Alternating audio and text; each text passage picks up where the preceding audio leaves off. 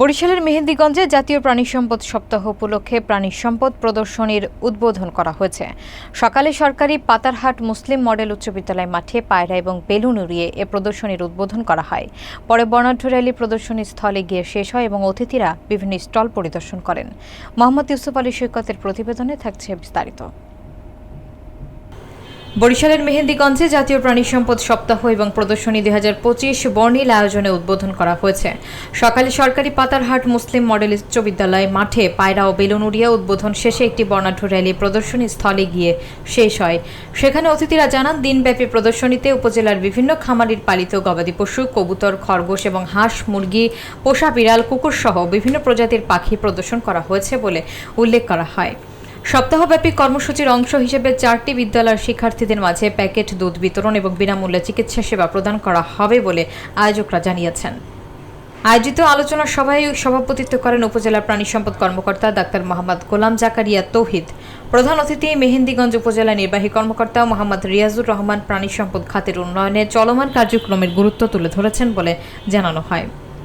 এই যে আমাদের ব্রয়লার মুরগি সহ সকল ধরনের উৎপাদন করলো, এর মাধ্যমেই আজকে এজন্য একেবারে বলা হয় যে যার কাছে কিছুই নেই সেও মাংস খেতে পারে, যেটা আগের দিনে এটা সম্ভব ছিল। তা আমাদের এইটা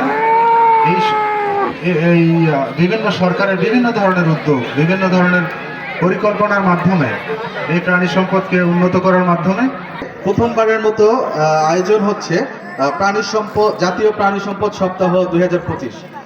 এই অনুষ্ঠান উপলক্ষে আজকে আমাদের প্রধান অতিথি হিসেবে উপজেলার সুযোগ্য উপজেলা নির্বাহী অফিসার জনাব মোহাম্মদ রহমান আরো মঞ্চে উপবিষ্ট আছেন। কিছুই নাই বলে সামান্য দুই একজন ডাক্তার, 2-4 জন দিয়ে তো চলে না।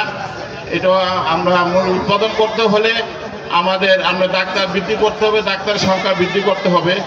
এরকম যে পদ্ধতি, এরকম যে সাহায্য সহানুভূতি সরকার থেকে আছে, এটা আমার জানা ছিল না। এখন আমি জেনে আমি খুবই গর্বিত। বাচ্চা বীজ আনি সেটার বাচ্চা আরেক রকম হয়। এই অপ্রিয় সত্য কথাটা বলার জন্য মাফ করবেন এবং এটা কিভাবে এই বৈষম্য কমানো যায় সেটা আপনারা ব্যবস্থা করবেন। প্রাণীজ আমিষের চাহিদা অনেকটাই পূরণ হয়। দুধ, ডিম, মাংস এগুলো হলো প্রাণীজ আমিষ। প্রাণী থেকে যে আমিষগুলি পাওয়া যায় এগুলি প্রাণীজ আমিষ। দুধ, ডিম, মাংস উৎপাদনে বাংলাদেশ এখন প্রায় স্বয়ংসম্পূর্ণ। র্যালি শেষে আমরা অনুষ্ঠানটি শুভ উদ্বোধন করেছি পতাকা পায়রা উড়িয়ে।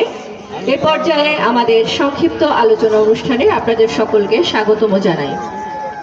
আলোচনার শুরুতেই পবিত্র কোরআন থেকে তেলাওয়াত।